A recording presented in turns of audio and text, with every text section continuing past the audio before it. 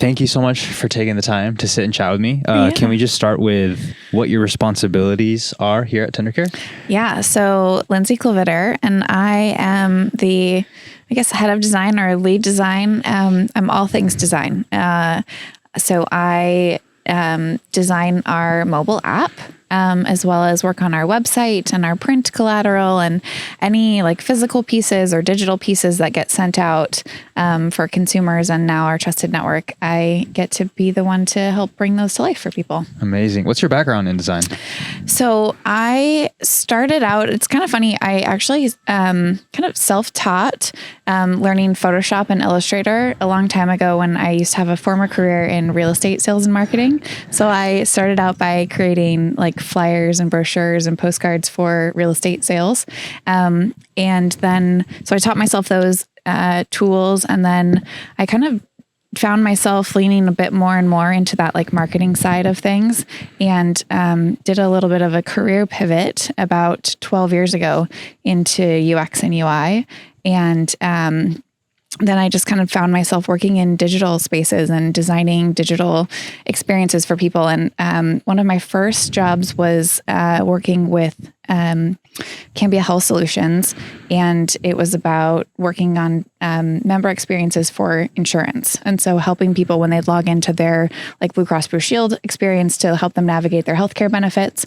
And so I just kind of kept finding myself in these roles for healthcare related, and I just kind of fell in love with helping people create experiences that were kind of meant to be helping them in a little bit of a trickier situation that they maybe don't really like being in. I found that, there's kind of a difference in being someone who's designing for e-commerce or other, like Instagram apps or things like that, where people, they're using those things because they want to and they're enjoyable. And then there's a whole side of the world that people don't want to interact with certain things and they just have to. And so looking at how to kind of make those experiences a little bit more enjoyable for people. You said you fell into this space. What is it something that you sought out, or is this just a space that you're highly curious about? So I kind of, it happened by chance, I guess, just kind of getting introduced to one person that led to another conversation that led to a role.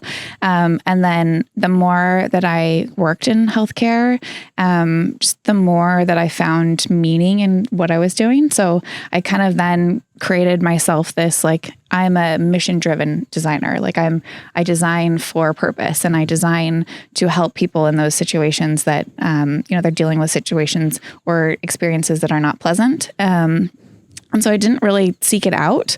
I think it kind of found me. And I've just kind of felt like that's where I'm supposed to be. Yeah. So how'd you find Tendercare? I was introduced to Shauna through an acquaintance, and they said, they're looking to hire a freelance designer to help. They're working on a startup, and they need some more people to kind of come and help bring this to life. And so I met with her, and I mean, anyone who talks to Shauna, she just has such a moving story. And I'm pretty sure I cried like in my interview with her. I was just like, oh my God, I love what you're doing, and I just want to be part of it. And, just hearing her speak about her story and her purpose, I was just like literally moved to tears and wanted to join on. And so I came on and I just kind of worked like part-time with the team a little bit here and there. And I kind of would come and go a little bit of like, I'd work with them for like 6 months, and then we'd kind of pull back a little bit. And I worked with some other clients, and I just like kept finding myself like going back to like them and being like, I want to be part of this team, like full time. This is where I want to be. And then I think that, I don't know how long, maybe I'd been working with the team a little bit for maybe about like 6 months or so. And what really started out as just like my, interest in helping other people really became this like selfish thing of like, okay, now I have to start thinking about me and like how I want to like help leave this footprint on caregivers. And my mom is very independent, but at some point she's going to need a lot more care. And so my brother and I kind of help, like, we oversee a lot of things with her, and just to, make sure that she we're anticipating eventually that we'll have to step in a lot more. But for now, you know, we're trying to enable her to be as independent as possible. And, you know, it's just kind of like this thing that weighs on you where you're like, okay, now I'm a parent and now I'm starting to have to like think about parenting my parents and how that kind of affects things. And so just as my parents have been getting older, I think about, you know, stepping in more and trying to help them take things off their plate, and, you know, how tendercare can help do that too. So I have all of my family in the tendercare app. I've got my parents, my son, my husband, myself. And, you know, I use our own family situations to make sure that I'm, you know, testing out things that I'm trying to give to other people and making sure that it works for myself too. Yeah. Do you think that's a huge reason why you continue to stay here at tendercare? Because you could be anywhere. I mean, you're a talented designer. You could be with any team in the world. Like, what is anchoring you here? It's definitely the mission and just like the people that we're helping. I feel like so strongly that what we're doing is really going to help change lives, and, you know, making it easier on people in such a like critical time in their lives. You know, the thought of like, there's a saying of like, there's no design emergencies, and like nothing is like life or death, and not to like over dramatize it, but you know, the tender ID is like really something that could help someone in that critical stage. And I think just to be able to be part of that, and at such an like early phase of the company, to be able to like put our footprint on that space and like really bring that to life. And, you know, I know that it's like, we're such a small team that everyone has such a critical part in building everything. And I think to be able to have that, like, be able to say that, you know, 10 years from now that I really helped that company, like hopefully become really successful, is kind of what's, you know, I want to be part of that. I want to be able to say that in 10 years. Yeah. So. I've heard good design is not supposed to be seen, I guess, by the regular person. It's just supposed to be something that looks like it's supposed to. So what sort of feedback do you get from users knowing, like what kind of feedback do you get where you can see how well your design was for this particular product or whatever it was that you designed? I think, I mean, we take like literally every piece of feedback that we get, we take to heart, and we, you know, we share it out with everybody on the team. So everyone is like receiving that input. And then I think the biggest thing is just trying to make sure that things feel more effortless for people. So when people give us feedback, it's really my like goal is like for them not to feel like the experience prohibited them from doing something, and trying to like really get like kind of meld into like their everyday lives.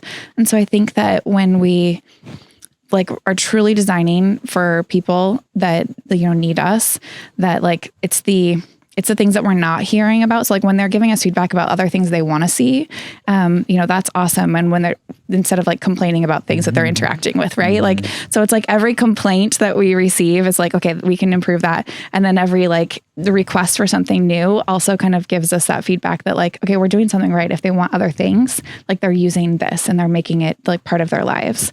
But it's just like design is just like iterative process that it's, the more time that we have, like the more we will simplify and we will strip away and, you know, try and cut the noise. And the wording is just always evolving, right? Like how can we make our message cleaner and simpler and more direct and like get through to people in a different way? Can you think of the first time you heard feedback from a caregiver that really stuck with you and showed you that the mission that the reason why you're here is important? Yeah. Well, so even before I joined the team with tendercare, I've worked with caregivers. So when I've worked on some teams where we were out speaking with people, and we were in people's homes, and we were actually talking to them in person. And we went to their homes because we wanted to like really immerse ourselves in their lives and really see what they were going through. And I think just when you do that, you really understand like how much weight this role like it has on them. And even when someone is like actually just trying to care for themselves. And so this one story really stands out to me of this girl. She was, I think, like in her early 30s, and she had several chronic conditions, and her mom was more or less her caregiver because she couldn't really take as much care for herself because her condition limited her from working. And she and her mom, we met with them, and she brings out this like wicker basket of medications, and it was like 23 medications. And I was like, oh my gosh, that's like almost as old as she is. And then just like trying to coordinate between each other of like trying to, are these the right medications that they're supposed to be on, advocating for themselves. And really like the biggest thing that stood out to me was that they just wanted their time back. And so like that piece really just sticks with me, like in every decision that we make is like, is this going to give someone's time back? Are we making something harder for them? Or are we like actually going to do something that will let them do something else?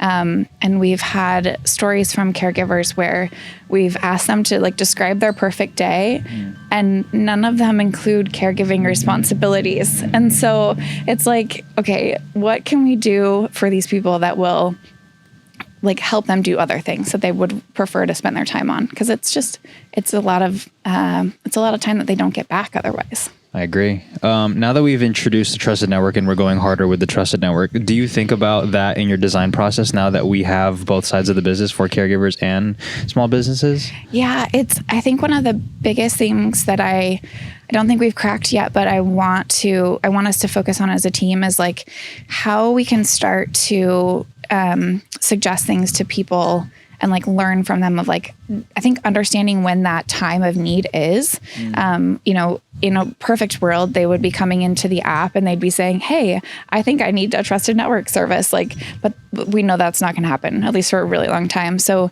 we have to try and find other ways that we can get them to think of us and come to us with these things. So that's going to be, trying to explore other ways that we can learn about what's going on in their lives or give them another like tool or maybe another channel for them to reach out to us and give us some clues that they have something going on that then we can support them in. Yeah. You talked a little bit about your initial meeting with Shauna, and she has that effect on everybody where it's just a magical moment and she tells her story and it's emotional. Yeah. Can you explain a little bit about your guys' working relationship? Yeah. So I think with Shauna, it's, Shauna obviously is like living and breathing the caregiver role, right? So she has like dual hats of she's putting on her caregiver hat and then she's putting on her CEO hat. And then when I get to talk to her, I kind of get like a blended side of it, right? So it's like, we're talking about first of all, we're talking about like what problems we should be solving. And then I get to talk with her about like how we should be solving those problems.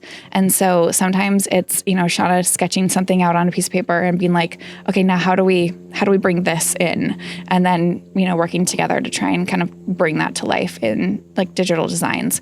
And she's sending me lots of like inspiration of things and like, and I'm sending her voice notes about like a new flow of what I'm thinking of or something. So it's a lot of back and forth of us kind of trying to like get on the same wavelength about something and then kind of tackling it and bringing it out and then getting to share it with the rest of the team. You spend a lot. I mean, I know you have a lot of things to design. Like I see sort of what your to-do list kind of looks like. I don't really know. Outside looking in, it looks insane. Yeah. How much time do you spend in the future of thinking like, what does tendercare look like in the future? Do you spend any time in the future? I wish that I got more time to think about that. I think that's kind of like what this, few days is all about, is like getting to talk about what that is.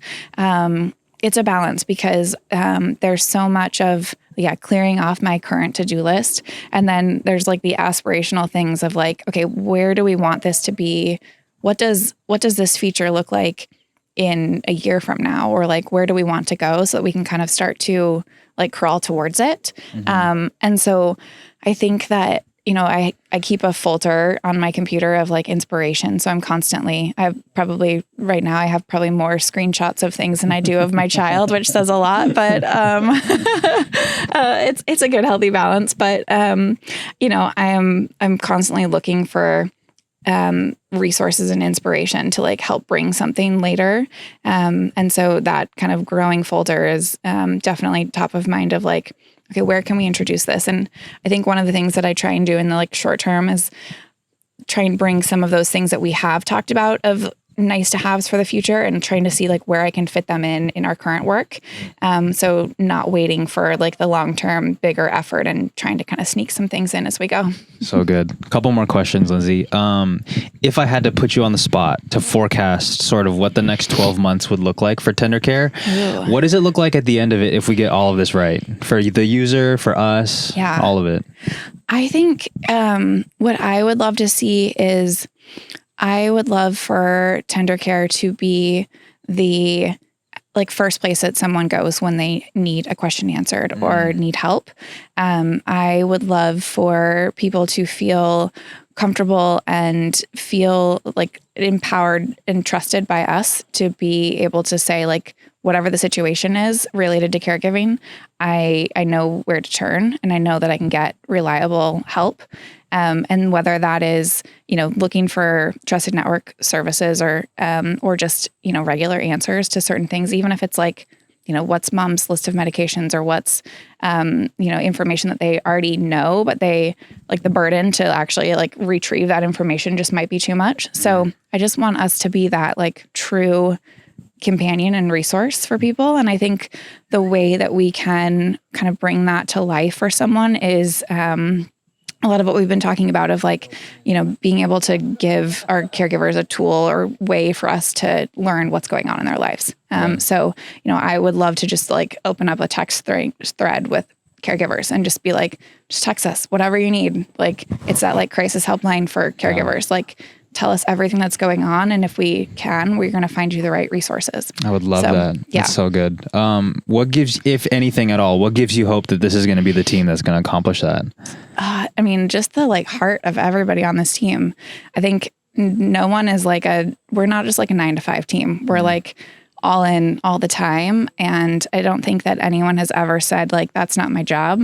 And I think that that's what kind of makes us a good team, for better or worse. Maybe we're all like too willing to help out and jump in where we might need some extra support. I'll give everyone some lessons on Figma so we can get some help there. But I think that's like the heart is just really, this team just excels at that. And like, I think that's the like foundation for everything. Yeah. Like everyone wants to be here. And I think it's just nice that like no one is like, this is a grind and I like can't wait to go home. It's like, no, like we're literally all shacked up in the same house together. Yeah. So, yeah. So good. Last question. I lied to you about the last two questions, but this is the last one. Since the time of you starting part-time and then becoming full-time and all the time in between, what's like one thing that you've learned either about yourself or about the way that you work that really stuck with you? That's a good one. I think that I really think that I've like pushed myself a lot in this role where, and like the team I think has helped do that for me. Where I think in a lot of other companies, like good would have been fine. And then I think that like as a team that we just like keep pushing and it's like, okay, well that's good. Like what's better or what's best. And, so I think that being pushed like that is just really made me grow as a designer. And I don't think I would have gotten that somewhere else. I think that good would have been fine. Yeah. And so I think that, I think when I kind of started this or joined the team full time, it was like part of me questioned like, well, can I do this? Can I be the like founding solo designer? Cause that's obviously it's a lot of hats to wear. And, I haven't worked this much in print in a really long time. And so, like, I think that, that's kind of where it's just kind of evolved me from that sense. And so I feel more confident. I also feel less confident in a lot of things, but, I'm learning that we can do it together. Yeah, for sure. I just want to leave you with this, Lindsey, because I think you're doing such an incredible job. Oh, thank you. I am so inspired by you. Thanks. You are so smart and so capable. And just in the little time that I've spent with you and online and the last offsites, I've just seen how hard you work and how intentional you are and just how smart of a person and how much you really care about what it is that we're building. And I think that's why I'm so drawn to the team because like, we could just be willy-nilly about all of this, and that is the fastest way to not make this work. And that's why I have belief that this is the team that's going to take it to the end, because everybody's just so talented and willing to put in the work. So I appreciate you. Oh, thank you. I appreciate you too. Cool. This is awesome. Amazing.